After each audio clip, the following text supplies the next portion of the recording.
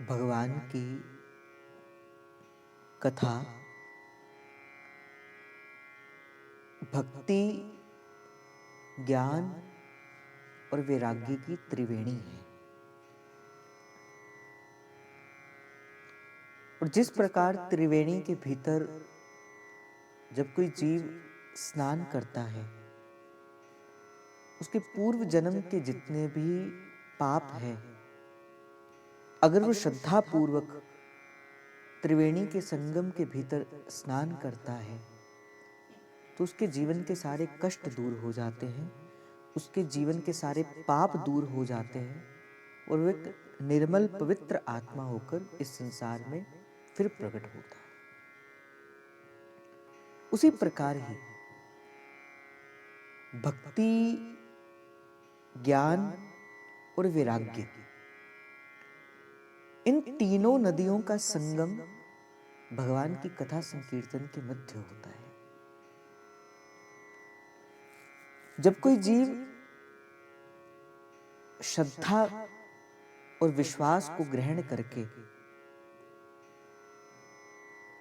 कथा संकीर्तन के मध्य में जाता है, अपने मन के भाव को ज्यों का त्यों प्रभु के सन्मुख प्रकट कर देता है और अपनी संपूर्ण ऊर्जा के साथ इस भाव धारा में, इस रस धारा में गोता लगाता है, तब उसके जीवन के जितने कलुषित तत्व हैं, कथा क्या करती है? उसे दूर कर देती है। और वैसे भी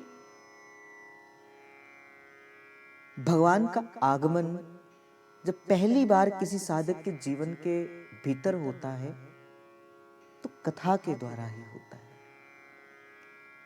भगवान से जो प्रथम परिचय होता है वो कथा के माध्यम से ही होता है, कथा के सानिध्य से ही होता है, सत्संग के सानिध्य से ही होता है। आप में से कई ऐसे जन होंगे जिन्होंने प्रभु की कथा को ही श्रवण किया होगा और कथा के माध्यम से ही उन्हें क्या हुआ होगा? प्रभु से प्रेम हुआ होगा। वो चाहे भागवत जी की कथा हो सकती है, वो चाहे भक्तमाल कथा हो सकती है, या अन्य किसी भी प्रकार की कथा हो सकती है, पर प्रभु से जो आपका प्रथम साक्षात्कार है, जो प्रथम संबंध है जो आपका प्रभु के संग, वो तो कथा के माध्यम से ही हुआ होगा।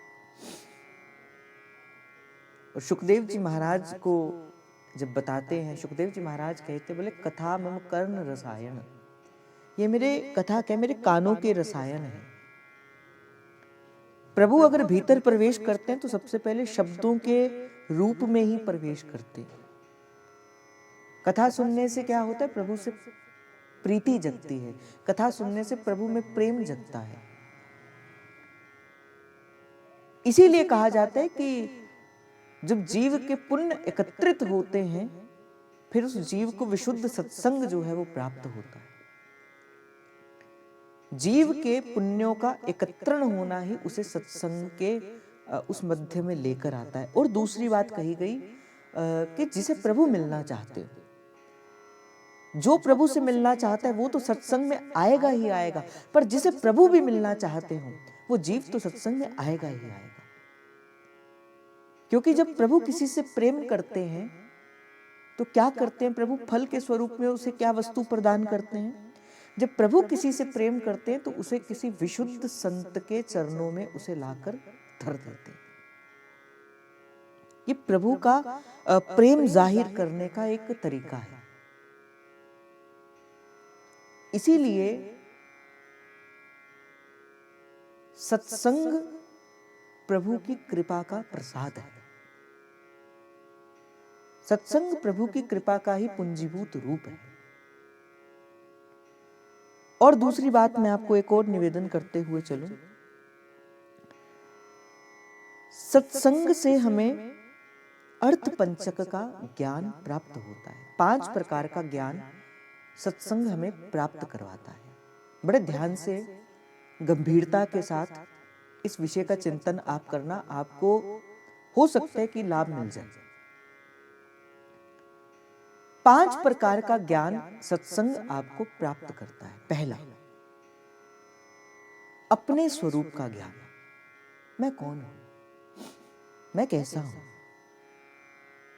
अगर जीवन ने मुझे इस मनुष्य रूपी तन के भीतर इस संसार के मध्य भेजा है, तो उसके पीछे करने का प्रभु का क्या प्रयोजन था? किम प्रयोजनम? किस प्रयोजन से प्रभु ने हमें इस संसार के मध्य, इस भारत की भूमि के मध्य भेजा है? अपने स्वरूप का ज्ञान। और महाप्रभु के इस कथा रूपी संकीर्तन का जो ज्ञान है, आपका अपना स्वरूप क्या है? आप ना पुरुष हो ना आप स्त्री हो। सबसे पहले देहाध्यास का जो ज्ञान है, जो भाव है, वो कथा संकीर्तन आपको प्रदान करती है, आपकी सहचरी भाव में आपका प्रवेश कराती है।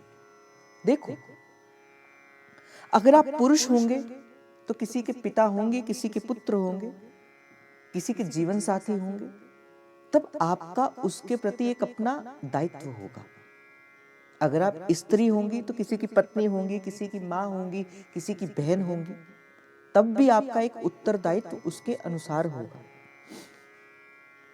पर जब आप इन दोनों से परे उठकर आप केवल इस बात का बोध करेंगे कि मैं ना पुरुष हूं और ना ही मैं स्त्री हूं, मैं तो श्री जी की एक निज सहचरी हूं, मैं तो श्री जी की एक निज किंकरी हूं। जिस दिन आपको ये बोध प्राप्त हो जाएगा कि भाई मैं पुरुष और स्त्री नहीं हूं, मेरा बोध पुरुष और स्त्री तत्व का नहीं है, मेरा शरीर भले पुरुष और स्त्री तत्व का हो सकता है किंतु मेरा भाव पुरुष और स्त्री तत्व का नहीं है, जिस दिन आपको ये बात का ज्ञान हो जाएगा, उस दिन आपको अपने सहचरी भाव का बोध हो जाएगा। उस दिन आपको वास्तविकता का पता चल जाएगा कि भाई आप कोई और नहीं, आप श्री जी की निज सहचरियां हो। आपको यहाँ पे संसार में अगर प्रभु ने भेजा है तो किसी न किसी प्रयोजन के लिए भेजा है। इस बात का ज्ञान कराता है सत्संग। और ध्रुवदास जी महाराज कहते, बोले सहचरी कौन? सहचरी का स्वरूप कैसा? सहचरी का भाव कैसा? जो सदा सदा प्रिया और लाल के सुख में ही आसक्त रहती, जो सदा उनका प्रत्येक कार्य प्रियतम को सुख प्रदान करने के लिए होता है, जो भोर से सांझ तक और सांझ से भोर तक वो केवल और केवल श्री जी को सुख प्रदान करने के लिए ही विभिन्न विभिन्न प्रकार के प्रयोजन करती है, वो है सहचरी। तो सहचरी जो प्रियतम को सुख प्रदान करे, सहचरी जो प्रिया को सुख प्रदान करे। तो सबसे पहले सत्संग क्या करता है? अपने स्वरूप का ज्ञान आपको कराता है। आप कौन हो? फिर सत्संग दूसरा कार्य क्या करता है? अपने इष्ट के स्वरूप का ध्यान कराता है। मेरे इष्ट कैसे? दो बातों का ज्ञान सत्संग आपको कराता है। पहला, इष्ट का स्वरूप कैसा है? दूसरा, इष्ट का स्वभाव कैसा है? सत्संग आपको बताएगा आपका इष्ट कौन है, उसका स्वरूप कैसा है, उसका स्वभाव कैसा है। जब ध्रुवदास जी महाराज कहते हैं के शुभ्यो है नीलांबर सुंदर, मोह लियो मन मोहन माही। कैसा स्वरूप है? रूप बेल प्यारी बनी सु, प्रीतम प्रेम तमान। दो मन मिले एके भये, श्री राधा वल्लभ लाल। तो अपने इष्ट का स्वरूप का बोध भी क्या कराता है? सत्संग कराता है। कौन है राधा वल्लभ लाल? क्या है उनका स्वरूप? ये आपको कौन सिखाएगा? ये आपको सत्संग सिखाएगा। तो पहला था अपने स्वरूप का ज्ञान, दूसरा कहा गया अपने इष्ट के स्वरूप का ज्ञान। तीसरा कहा गया उपासना में साधन तत्व का ज्ञान। देखो, हम कहते तो हैं हित की यहाँ उपासना, हित के है हम दास, हित विशेष राखत रहो, चित्त नित हित की आस। हम इस बात का तो सदैव चिंतन करते हैं, मनन भी करते हैं, पर क्या जीवन में धारण भी करते हैं? तो इस उपासना में साधन तत्व क्या है, क्या आपको करना है, क्या विधि है इस उपासना में प्रवेश करने की, ये सत्संग आपको बताता है। सत्संग की कृपा से आपको पता लगेगा कि किस प्रकार से प्रिया जी की सेवा में प्रवेश किया जाता है, क्या आपको करना है और क्या आपको नहीं करना है। इस उपासना में साधन तत्व क्या है, किसका संग आपको करना है और किनका संग आपको नहीं करना है, क्या आपको पाना है, क्या भोजन आपको पाना है और क्या भोजन आपको नहीं पाना है, किस किस वाणी का आपको चिंतन करना है, किन किन का आपको संग करना है, ये सारा सत्संग आपको बताएगा कि साधना के साधक तत्व का ज्ञान। पहली बात हो गई अपने स्वरूप का ज्ञान, दूसरी बात हो गई इष्ट के स्वरूप का ज्ञान, तीसरी हो गई साधन तत्व का ज्ञान, उपासना में साधन तत्व का ज्ञान। और फिर चौथी बात क्या हो गई, तो कहा उपासना में बाधक तत्व का ज्ञान। क्या साधक है और क्या बाधक है, इन दोनों तत्वों का ज्ञान, क्या करना है और क्या नहीं करना है, इन दोनों भाव का ज्ञान जो है वो आपको होना चाहिए। पहले साधन तत्व का ज्ञान प्राप्त कर लिया, फिर बाधक तत्व का ज्ञान जो है वो प्राप्त कर लिया। तो ये हो गई चार चीजें। और पांचवी वस्तु क्या है कि इस उपासना का फल क्या है। इस उपासना में जब आप चलोगे, अंतोगत्वा चलते चलते चलने के बाद आपको अंत में प्राप्त क्या होगा। तो इन पांच चीजों का बोध जो है वो सत्संग आपको करवाता है। पहली अपने स्वरूप का ज्ञान, दूसरा इष्ट के स्वरूप का ज्ञान, उपासना में साधन तत्व का ज्ञान, उपासना में बाधक तत्व का ज्ञान, और उपासना का फल क्या है इसका ज्ञान। इसे कहा जाता है अर्थ पंचक का ज्ञान। और कथा रूपी त्रिवेणी के अंदर स्नान करके ही एक जीव जो है वे इस प्रकार के पंच अर्थकों से स्नान करता है, अपने स्वरूप का बोध करता है। कल की चर्चा के भीतर सहचरी के कुछ गुणों की चर्चा करी गई। एक हित के उपासक के गुण कौन कौन से होते हैं, इसकी चर्चा कल सत्संग के माध्यम से करी कि कौन धर्म हरिवंश में एक हित की उपासना के जो उपासक तत्व हैं, जो उपास्य हैं, जो हित के सेवा को धारण करने वाले हैं, उनके गुण कौन कौन से हो सकते हैं। अच्छा, किसी को स्मरण हो तो मुझे बताइए कि कौन कौन से गुण थे। अगर किसी को स्मरण है, सत्संग की अगर आपने स्मरण रखा होगा, तो कल कौन कौन से उपासना के हितोपासक के गुण बताए गए, अगर आपको स्मरण होगा तो। हाँ, दीनता था, नम्रता और दयालुता और श्रद्धा। बिल्कुल देखो, क्योंकि इसीलिए इस बात पर बड़ा जोर डाला जा रहा है, क्योंकि जब तक आप इन गुणों को अपने जीवन में धारण नहीं करोगे, आप चाहकर भी सहचरी के उस भाव को प्राप्त नहीं कर पाओगे। तो नम्रता, क्षमावान, सुखद, दयालुता, दीनता और सरलता, ये कल इसका निवेदन किया गया कि एक प्रत्येक हितोपासक के जीवन के मध्य में ये गुण जो हैं वो अवश्य होने चाहिए। फिर उसके बाद कथा ने एक और प्रसाद के स्वरूप के भीतर आपको कहा कि इसके अलावा दो चीजों के संग प्रत्येक सत्संगी को सदा रहना है, एक तो नाम और दूसरी वाणी। नाम और वाणी आपको प्रियतम के और करीब लेके जाएगा।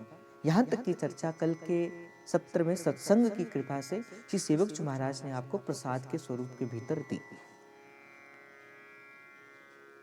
आगे चलते हुए श्री दुर्दास जी महाराज कहते हैं, कौन धर्म हरिवंश को।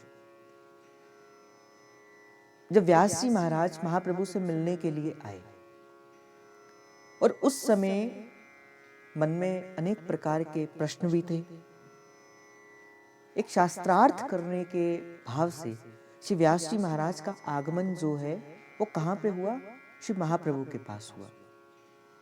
आपने इस कथा को कई बार श्रवण किया होगा। महाप्रभु उस समय श्री राधा वल्लभ लाल जी की रसोई कर रहे थे। राजभोग का समय था। श्री ठाकुर जी को भोग के लिए जो है वो रसोई बना रहे थे और कहते हैं कि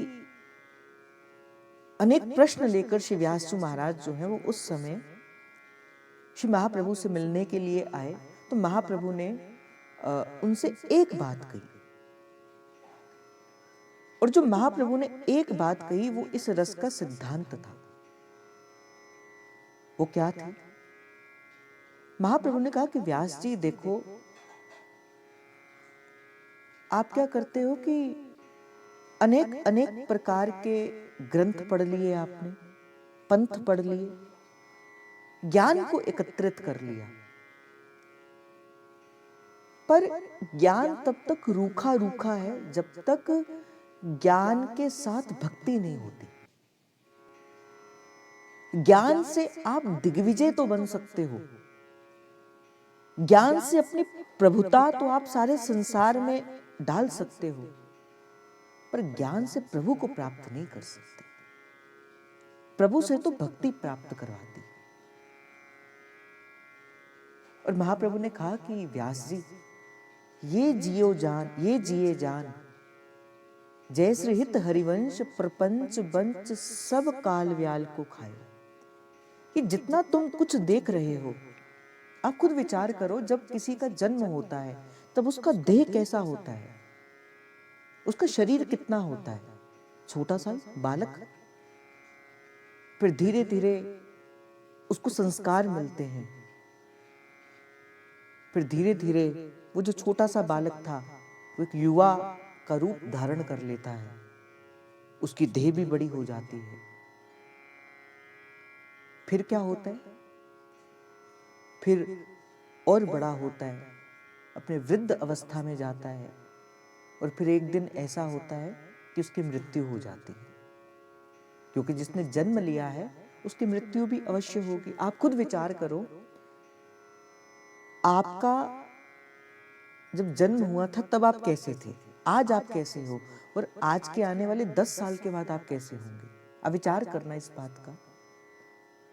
काल सदा हमें खाए जा रहा है, हम दिन प्रतिदिन मृत्यु के और निकट जाते जा रहे हैं, परंतु फिर भी हमें यह बोध नहीं है कि भाई, तुझे ये प्रभु ने जो मानुष तन दिया है, क्या तू ईमानदारी से उस दायित्वों की पूर्ति कर रहा है कि नहीं कर रहा है। इस बात का बोध हमें नहीं। महाप्रभु ने कहा कि व्यास जी, जैसे हित हरिवंश प्रपंच बंच सब काल व्याल को खाए। ये सब काल खा जाएगा। काल भगवान इसको ग्रस्त करने के लिए सदा सदा के लिए लगा है।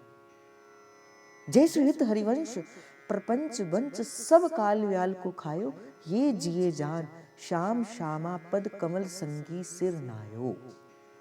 हे व्यास जी, जो प्रभु का भजन करते हैं उन संतों का भजन आप करो। और ये केवल आज्ञा श्री महाप्रभु ने व्यास जी को ही नहीं दी, ये आज्ञा व्यास जी के रूप के अंदर हमें भी प्रदान करी है, आज्ञा प्रदान करी है महाप्रभु ने। और महाप्रभु की आज्ञा को शिरोधाई करते ही श्री व्यास जी महाराज अपनी व्यास वाणी में कहते हैं कि आदि अंत अरु मध्य में रसिकन की ये रीत, संत सभी गुरुदेव हैं, व्यास ही ये प्रतीत। संत सभी गुरुदेव हैं।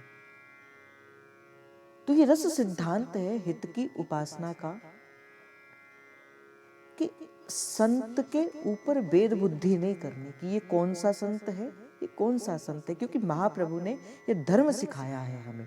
चतुरासी जी के अंदर इंकित ये सिद्धांत है कि ये जिए जान श्याम श्यामा पद कमल संगी सिर नायो।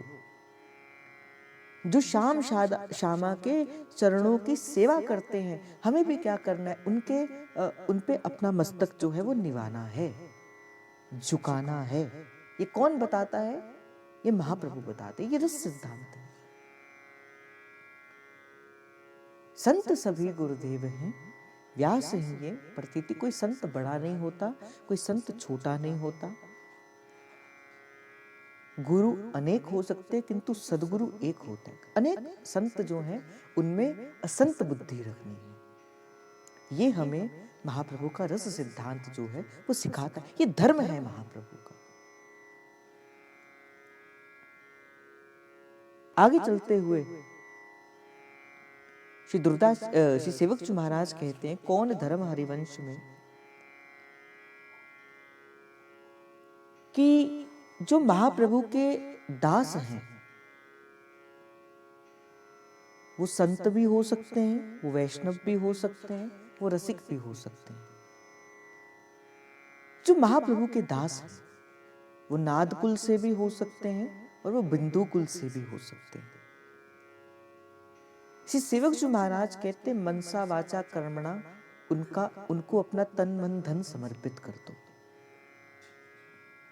उनके प्रति अनन्य भाव रखो। अब आप कहोगे कि ऐसी बात क्यों कहते हैं? क्योंकि देखो, यही एक उपासना है जिस उपासना में प्रवेश करने के लिए आपको जो पहली कृपा चाहिए वो किसकी चाहिए? इस उपासना में प्रवेश करने के लिए जो आपको पहली कृपा है वो किसकी चाहिए? बताओ। जो प्रथम कृपा है, आपका हाथ जो सबसे पहले पकड़ेगा वो कौन पकड़ेगा?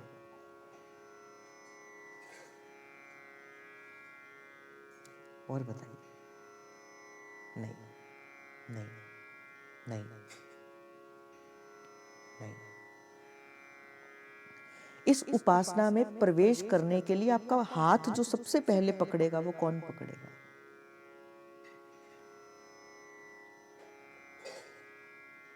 वो कोई संत पकड़ेगा।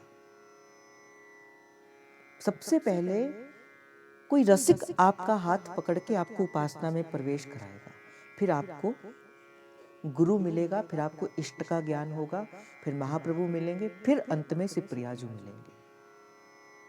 सबके जीवन में सबसे पहले कोई सहचरी आती है, कोई संत आता है, वो आपका हाथ पकड़ के आपको उपासना में लेके जाता है। इसीलिए श्री महाप्रभु कहते हैं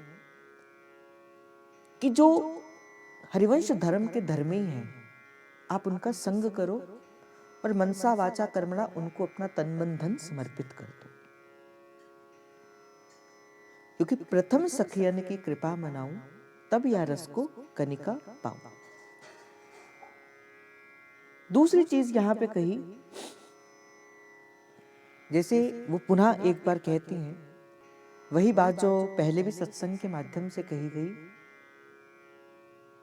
कि दो बातों का ध्यान जो है वो साधक को अवश्य रखना है।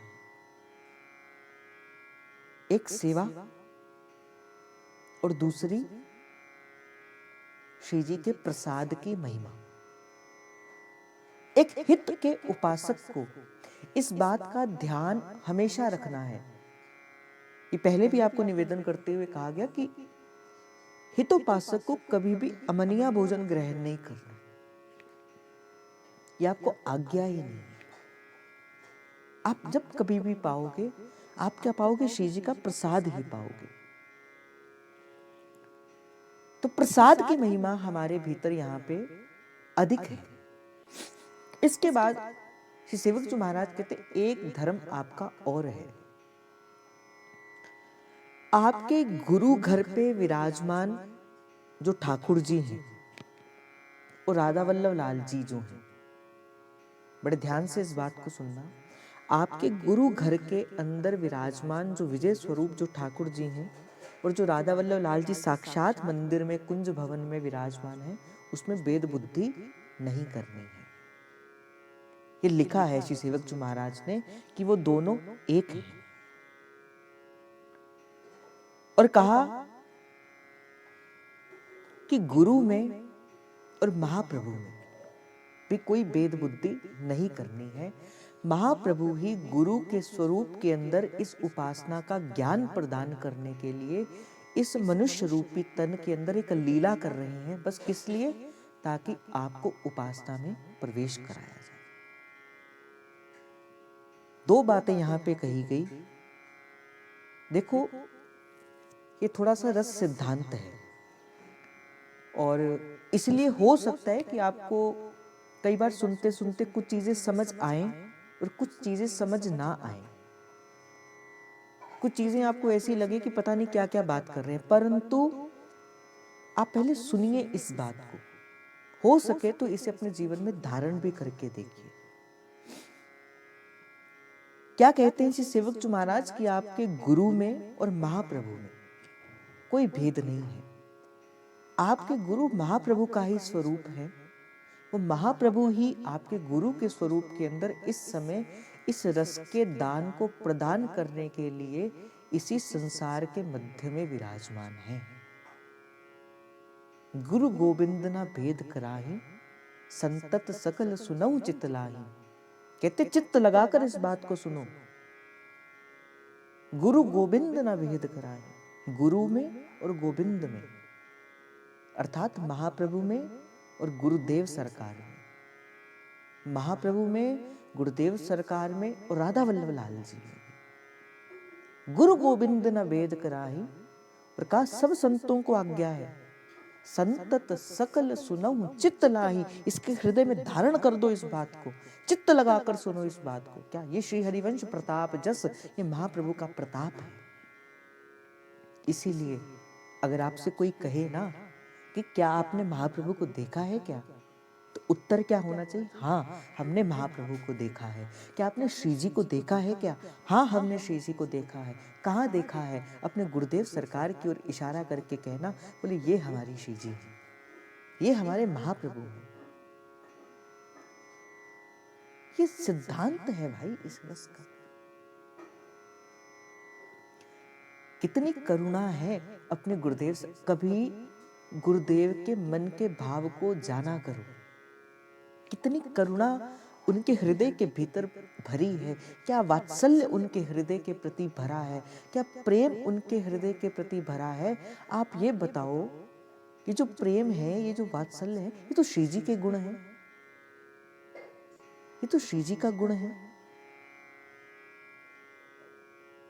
श्री जी ही, जैसे श्री जी ने सेवक जो महाराज के रूप के अंदर अवतार लिया ना, श्री जी ने ही संत भगवान के रूप के अंदर, श्री जी ने ही सदगुरु भगवान के रूप के अंदर, महाप्रभु ने ही सदगुरु भगवान के रूप के अंदर। और अगर मैं ये कहूं, हमारे गुरुदेव सरकार तो श्री जी और महाप्रभु का एक मिलित स्वरूप है, मिलित स्वरूप है। इससे जब ये भाव आपके हृदय के अंदर धारण हो जाएगा ना, आपके अपने गुरु चरणों में अनन्य प्रीति बढ़ जाएगी, अनन्य प्रीति। फिर आप गुरु को छोड़कर कहीं किसी और द्वार पर जाए। और यही श्री सेवक वाणी सिखाती है कि आप इस द्वार को छोड़कर फिर किसी और द्वार की ओर आप देखो भी नहीं।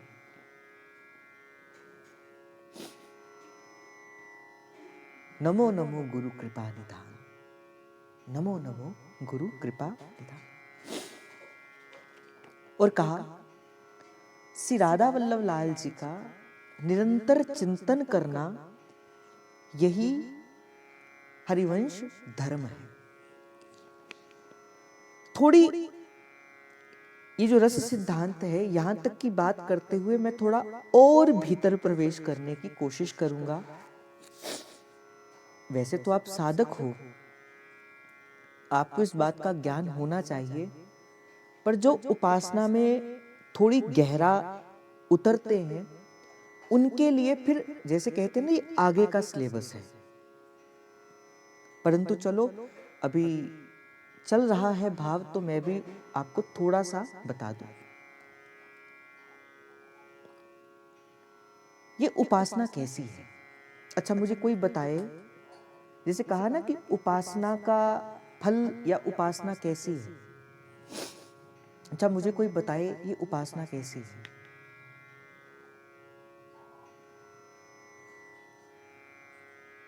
हित की तो है। ये युगल के नित्य विहार की उपासना है।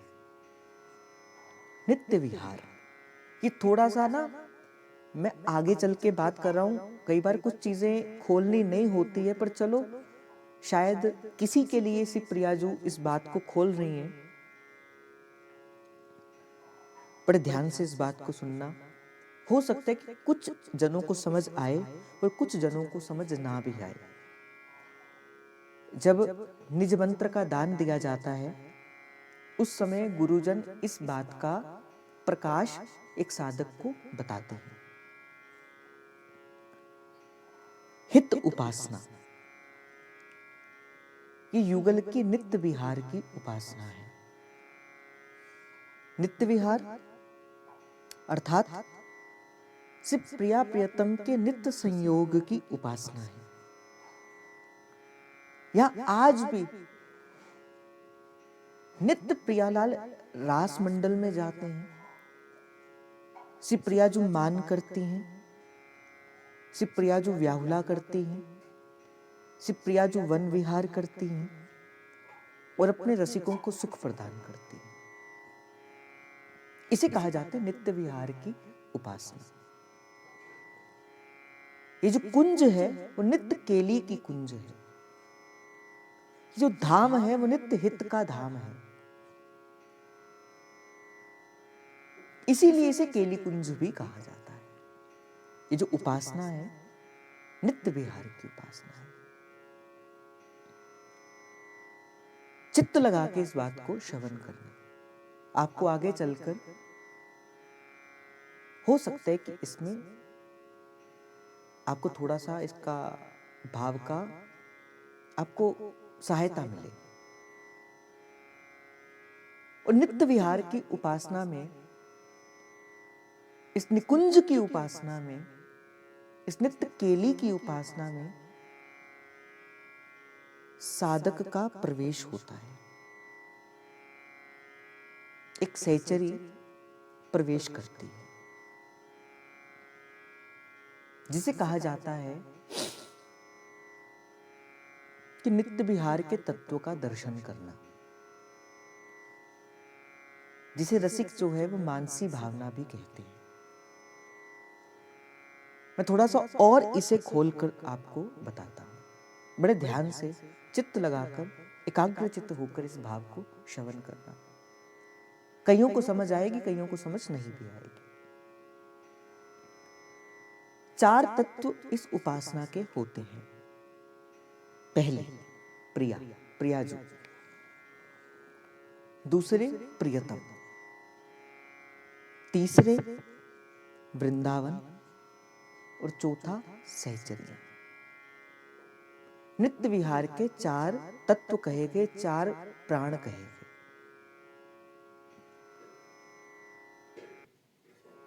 और एक साधक को प्रगट दर्शन करने हैं कि इस वृंदावन की भूमि में सहचरियों के मध्य श्री प्रियालाल जी ही विराजमान है, श्री राधा वल्लभ लाल जी ही विराजमान है। इसीलिए धर्म हमें यह सिखाता है कि प्रत्येक साधक को कुछ समय के लिए इस नित्य विहार को, अपने भीतर की यात्रा जो है इस नित्य विहार की करनी चाहिए, जिसमें 4 रूपों का ध्यान करना है। प्रियाजू, लालजू, वृंदावन और सहचर्या। अनेक लीलाएं इसमें घटित होती हैं। कभी श्री जी वन विहार के लिए विचरण करती है, कभी ठाकुर जी रास मंडल में विराजमान है, कभी श्री जी की नौका विहार हो रही है, कभी श्री जी का फाग उत्सव चल रहा है। अपनी अपनी रुचि के अनुसार कभी लालजू सी प्रियाजू की वेणु गुंथन कर रहे हैं, कभी कुछ हास परिहास हो रहा है। तो क्या होता है, इनका चिंतन नित्य विहार की उपासना में आपको सदा करना है। जिसे मैंने ये कहा गया, इसका शब्द पढ़ो, इसको शब्द को चिंतन करो। नित्य विहार, नित्य अर्थात रोज, आज, अभी। आज ही मुझे किसी ने वीडियो भेजी, बाबा की थी वीडियो, मुझे बड़ी अच्छी लगी। कहा कि उन्होंने बताया कि एक दिन की बात है जब मैं गुरुदेव भगवान की सेवा में था। परम पूज्य श्री केलीकुंज वाले महाराज जी ने अपने मन की भाव बताई अपने गुरुदेव के प्रति। तो उन्होंने कहा कि जब मैं अपने गुरुदेव सरकार की सेवा में था, एक दिन श्री गुरुदेव बड़ी प्रसन्न चित्त की मुद्रा में थे, बड़े प्रसन्न थे। कोई श्री जी ने ऐसी लीला की होगी कि गुरुदेव बड़े प्रसन्न हैं।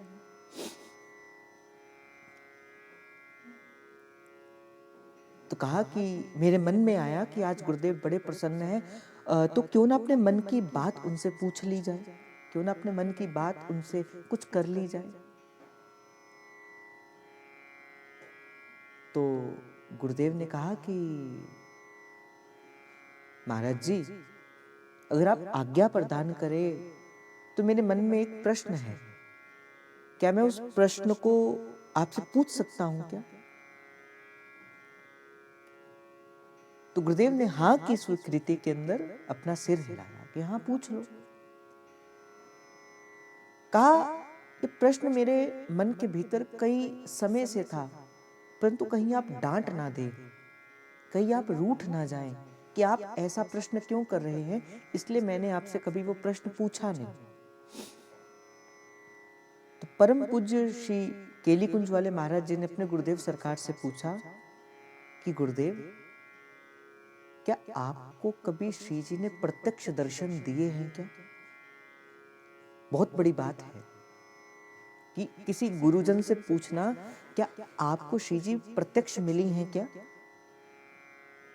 और आप खुद जानते हो तो अभी की बात है, कोई अभी महाराज जी भी हैं और उनके गुरुदेव सरकार भी हैं, आप दर्शन करते ही हो, नित्य प्रति करते ही हो। तो क्या आपने श्री जी आपको मिली हैं क्या? कहते अभी तक जो महाराज जी प्रसन्न थे, थोड़ी गंभीर मुद्रा में हो गए, आंखों से अविरल अश्रुधारा बहने लगी और कहते हैं कि गुरु कृपा से श्री जी हमसे कभी विलग हुई ही नहीं। हम प्राण धारण कर रहे हैं, इसका यह प्रमाण है कि श्री जी हमारे पास हैं। उन्होंने कहा कि जब महाराज जी को अपनी कुटिया बदलनी थी तो उनका एक संदूक मेरे पास आया। संयोगवश वो संदूक मेरे हाथ में लग गया, जिसमें महाराज जी की कुछ वाणी जी थी, कुछ पुस्तकें थी। हस्तलिखित उनकी श्री चतुरासी जी थी, उसमें एक और डायरी थी। तो महाराज जी ने कहा कि मैंने वो डायरी खोली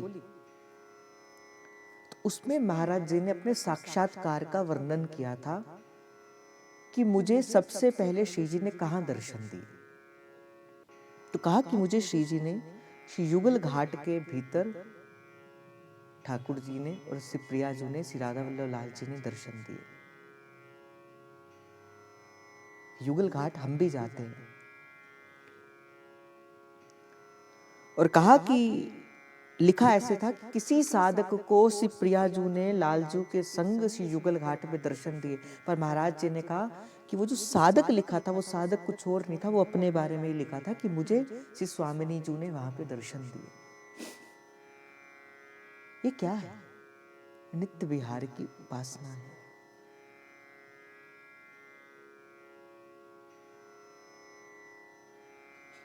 आज भी सहचरियों का नित्य प्रवेश होता है।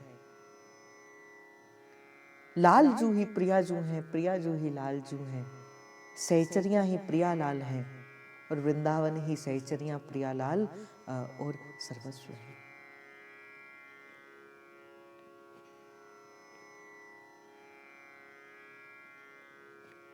इस बात को समझना चाहिए।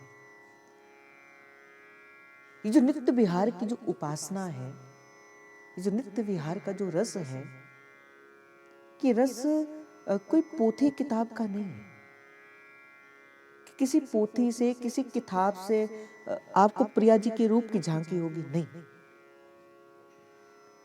एक बाहर की यात्रा है, एक भीतर की यात्रा है। हमारे गुरुदेव सरकार तो कहते हैं कि भीतर प्रवेश कराना सिखाता है सत्संग, आपको भीतर अंकित होना सिखाता है। हम प्रभु को ढूंढते हैं बाहर, परंतु प्रभु बाहर नहीं, प्रभु तो भीतर बैठे हैं।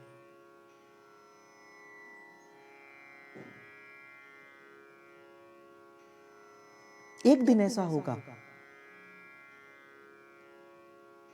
कि नाम और वाणी की कृपा से लगेगी आपकी वो नित्य विहार की ध्यान समाधि, और उस ध्यान समाधि के भीतर जैसे नेत्रों को बंद करोगे, मन आपका उस वृंदावन की पावन भूमि के अंदर रमन करेगा। और करते करते क्या देखोगे कि सहचरियों के मध्य में श्री युगल श्यामा श्याम नित्य विहार करते हुए अपनी वंशी को धारण किए विराजमान है। होगा, एक दिन होगा। कब होगा वो प्रिया जू जाने, कब होगा, पर होगा। इसीलिए तो महाप्रभु ने कहा, आज निकुंज मंजू में खेलत नवल किशोर नवीन किशोरी, बनी वृषभानु नंदनी आज। आज शब्द है ना, आज अतिराजत दंपति बोर। क्या है ये? है नित्य विहार।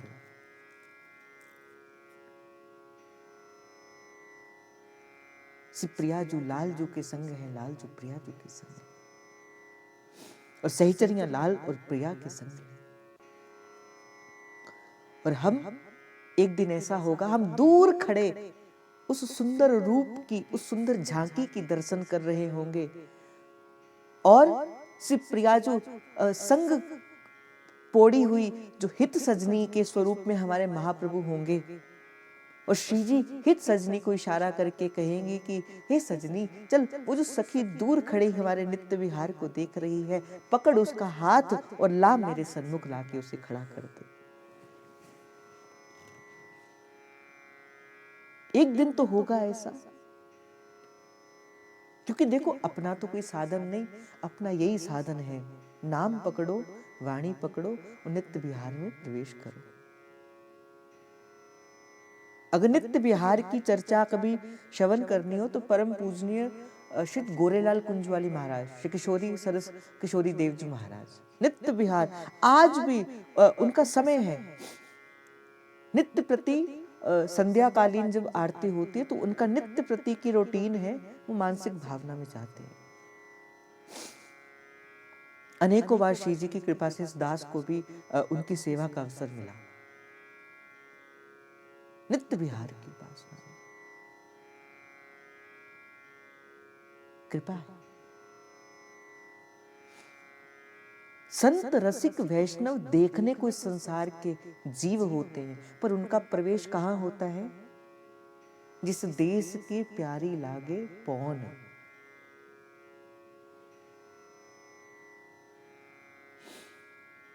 पर देखो, इस नित्य विहार की उपासना में जाने से पहले नर नारियों को प्रकट सेवा करना अनिवार्य है।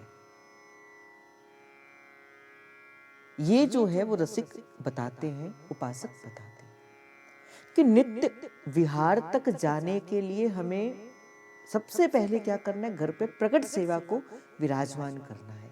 इसकी चर्चा हमने 3 दिन पहले करी थी कि प्रकट सेवा में 3 प्रकार की सेवाओं को आप अपने घर के भीतर विराजमान कर सकते हो। चित्रपट सेवा, नाम सेवा और विग्रह सेवा।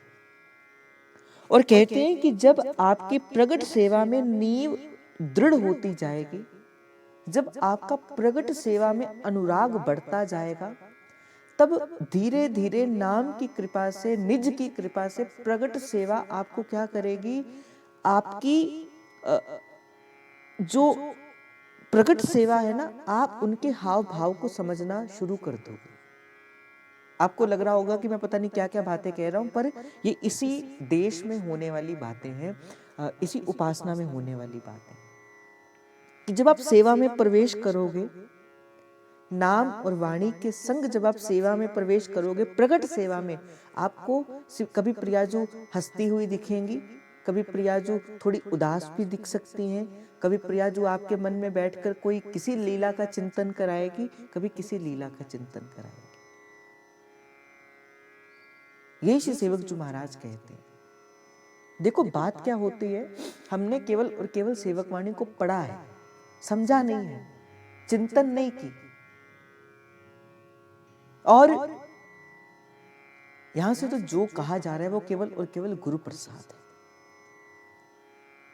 यहां से हमने जो गुरुजनों से, संत जनों से, अपने गुरुदेव सरकार से जो थोड़ा बहुत सीखा है, मैं उसी प्रसाद को आपके जो है वो पास लेकर आ रहा हूं।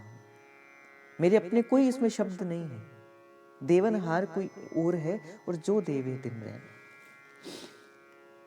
तो प्रगट सेवा से अनुराग बढ़ेगा, और प्रगट सेवा जब आपकी सिद्ध हो जाएगी, आपके चित्त में रस का उदय कराती है प्रगट सेवा, फिर उसके बाद क्या होगा, ये जो माया के भाव हैं, आप उससे बाहर निकल जाओगे और आपका मानसिक सेवा में प्रवेश होगा, और उसमें वृंदावन के रस का चाव बढ़ेगा। फिर उसके बाद कहते हैं कि इसकी कृपा से ही आपका भाव आराध्य के संग मिल जाएगा, श्री युगल के संग मिल जाएगा। इसलिए साधक को यही उचित है कि कभी ये विचार ना करे कि मेरे पास ये भाव का अभाव है तो मैं सेवा नहीं कर सकता। नहीं, आप मन से श्री जी की सेवा करिए, प्रगट सेवा में श्री जी को लाड लड़ाइए, और धीरे धीरे धीरे धीरे करते हुए श्री मानसिक सेवा में प्रवेश करिए। और श्री दुर्दास जी महाराज तो कहते बोले, प्रेम रूप अखंडित धारा।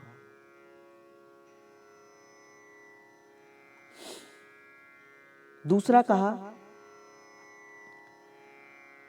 एक और धर्म जो है वो सेवक जी महाराज बताते हैं, कहते जो प्रगट लीला है वो लोकवत है, वो नित्य नहीं है। धीरे धीरे प्रगट लीला से आंतरिक लीला में प्रवेश करावे, धीरे धीरे प्रगट सेवा से आंतरिक लीला में जाए।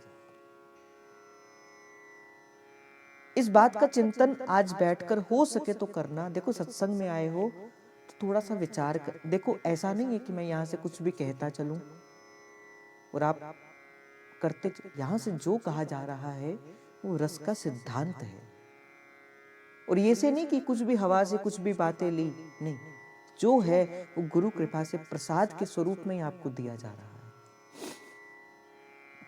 प्रगट सेवा से क्या होगा, उसमें जो है वो प्रवेश करें।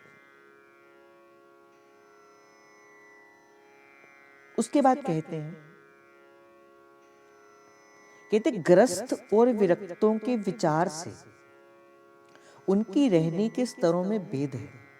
जैसे कल भी एक बात कही गई, निवेदन किया गया कि महाप्रभु की इस उपासना में 2 प्रकार के जो है वो भाव चलते हैं। एक चलती है ग्रस्त उपासना, एक चलती है विरक्त उपासना।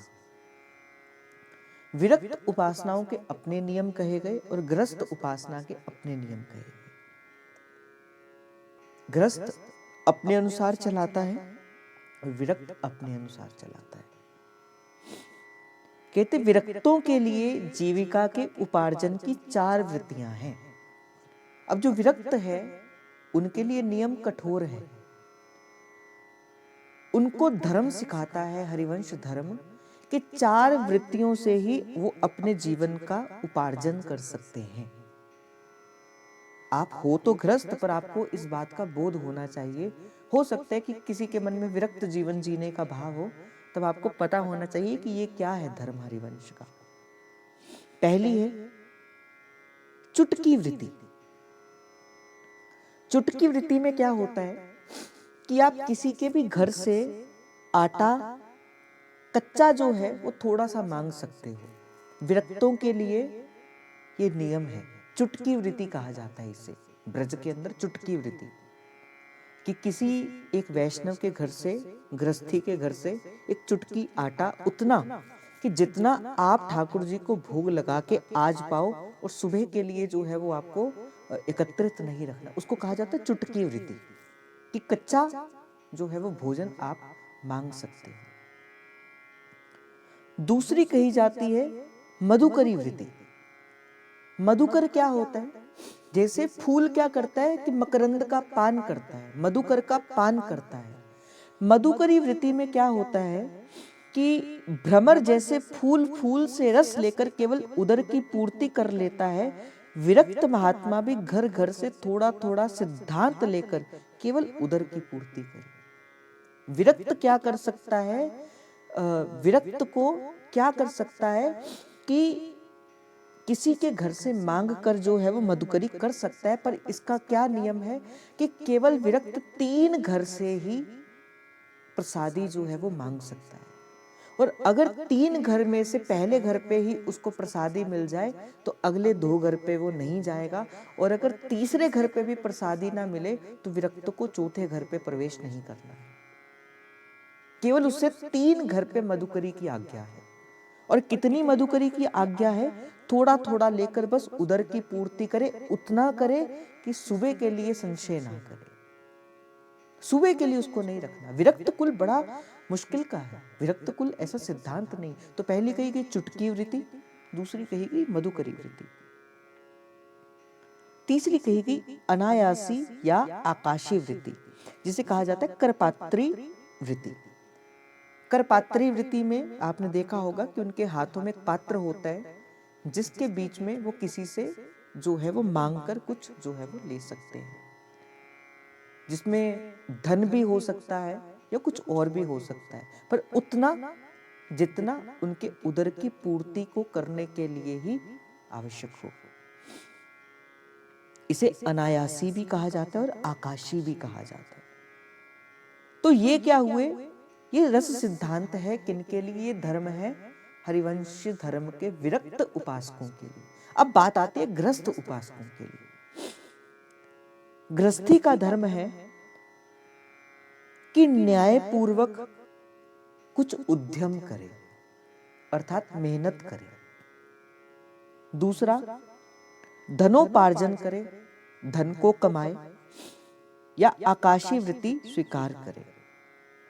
चुटकी, मधुकरी या करपात्री वृत्ति का अधिकार शास्त्र ने गृहस्थों को नहीं दिया है। यही पंक्ति मैंने उस दिन पढ़कर जो है वो आपको कहा था कि जब किसी ने प्रश्न किया था कि गृहस्थ मधुकरी मांग सकता है, तो गृहस्थ मधुकरी नहीं मांग सकता। ये हरिवंश धर्म के रस सिद्धांत में नहीं आता। विरक्त जो है वो मधुकरी मांग सकता है। लिखा है कि हिरदास जी महाराज ने अपनी सेवक वाणी के अंदर इसको लिखती तौर पर जो है वो दिया है कि अनायासी आकाश गृहस्थ का धर्म है कि धर्म और न्याय पूर्वक कुछ उद्यम करे, मेहनत करे और धनोपार्जन करे। ठीक है। और चुटकी, मधुकरी या करपात्री वृत्तियों का अधिकार शास्त्र ने उन्हें नहीं दिया है। तो ये जो है आप इस बात को समझिए।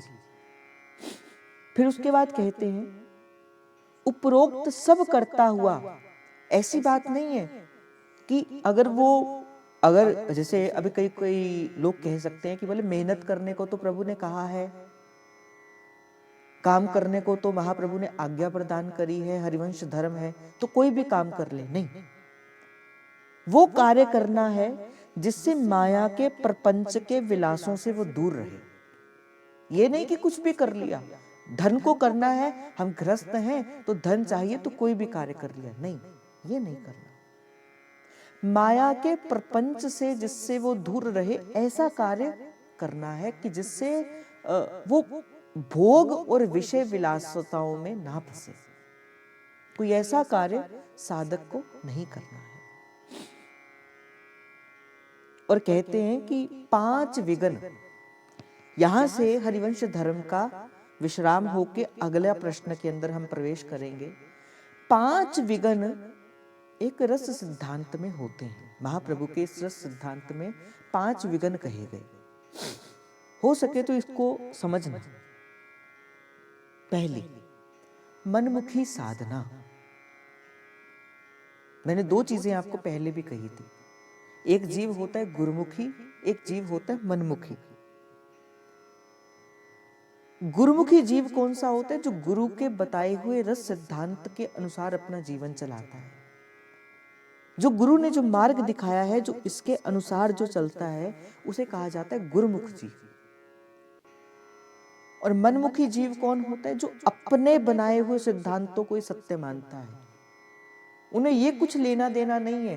वो कहता है कि भाई जहां हम खड़े होते भाई वहीं से रास्ता प्रारंभ हो जाता है। ना भाई ना, हमें तो सदा अपने गुरुजनों के अनुगत्य को स्वीकार करके ही चलना है। मैंने एक भी दिन आपको निवेदन करते हुए कहा था, भक्त कभी भी स्वतंत्र नहीं होता, और जो स्वतंत्र है वो भक्त नहीं हो सकता।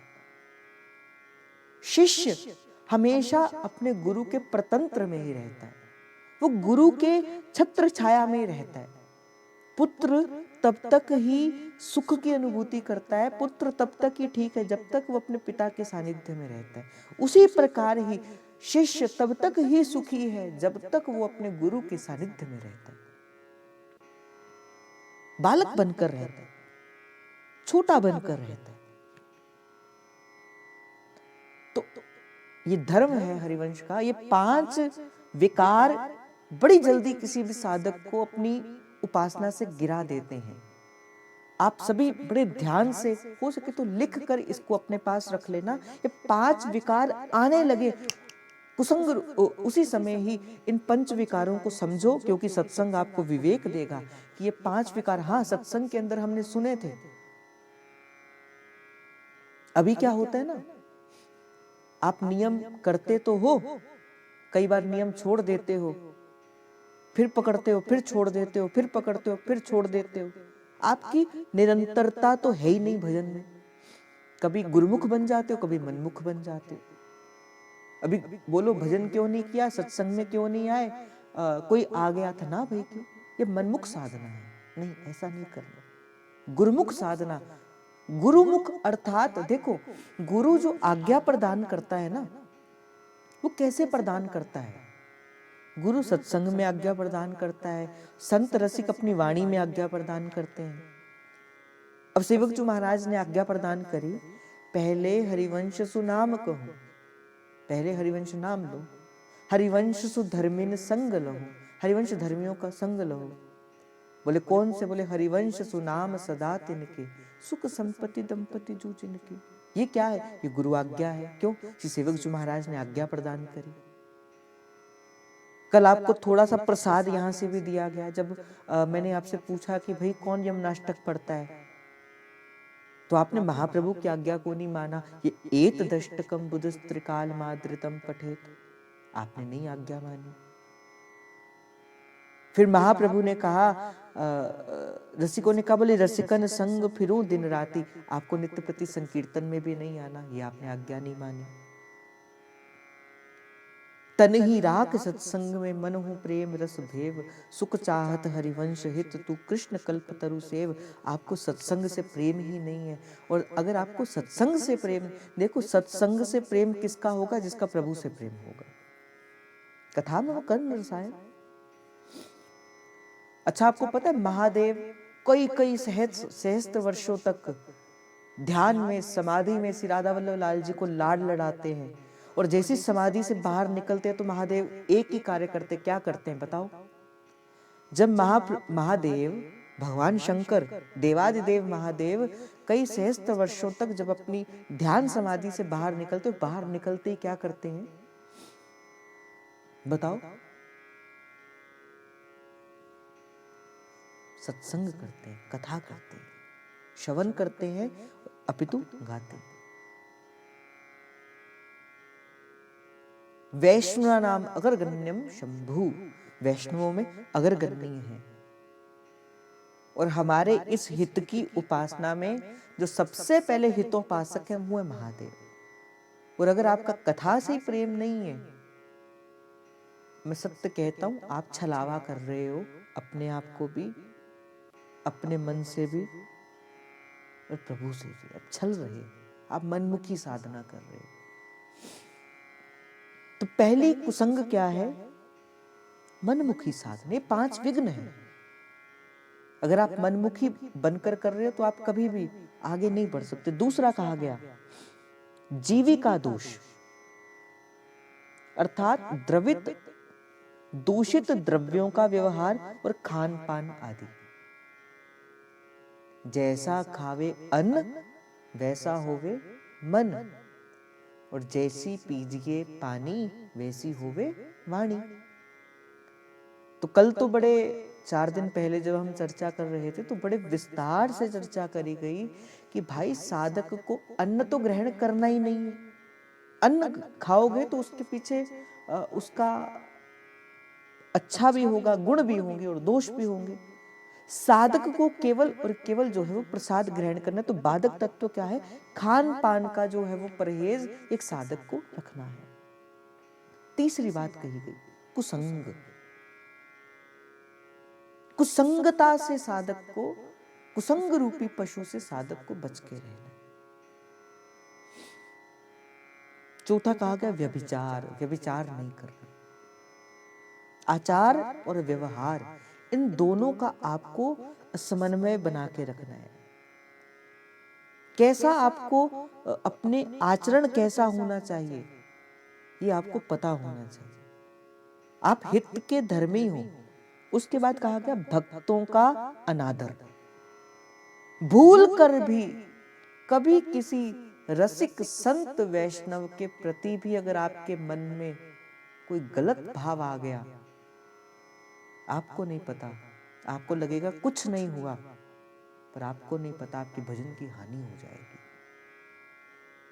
आपने अगर मन से भी, अभी कई बार क्या होता है ना, आप कहते हो कि भाई भैया पहले तो मन भजन पे लगता था, अब नहीं लगता, क्या हो गया, हमने कुछ ऐसा किया भी नहीं। विचार करो, क्या किसी मन से, मनसा मानसिक भाव से भी किसी संत वैष्णव रसिक का कोई अनादर तो नहीं हुआ? इस बात का चिंतन कर लो। तो जो कहते कि जो जीव इन 5 विघ्नों से बचकर अपनी अंतरंग भावना में जो लीन रहता है और इसी में ही लीन रहने का प्रयास करता है, संक्षेप से वही हित धर्मी है, हित मर्मी है। तो ये हरिवंश महाप्रभु के कुछ धर्म बताए गए। तो आज का भाव श्री किशोरी जी के चरणों में समर्पित। कल अगला प्रश्न होगा कौन सुरीति, और फिर होगा कौन आचरण।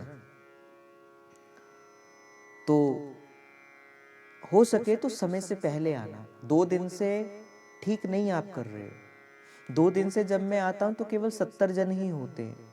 क्यों ऐसा होता है? ऐसा आप मत करिए। आने से पूर्व आया करिए और जाने के बाद जो है वो जाया करिए। तो आज का भाव श्री किशोरी जी के चरणों में समर्पित। आप सभी के हृदयस्थ प्रेम प्रभु को, हित प्रभु को जय जय श्री हरिवंश, जय जय श्री हरिवंश, जय जय श्री हरिवंश। प्रणाम।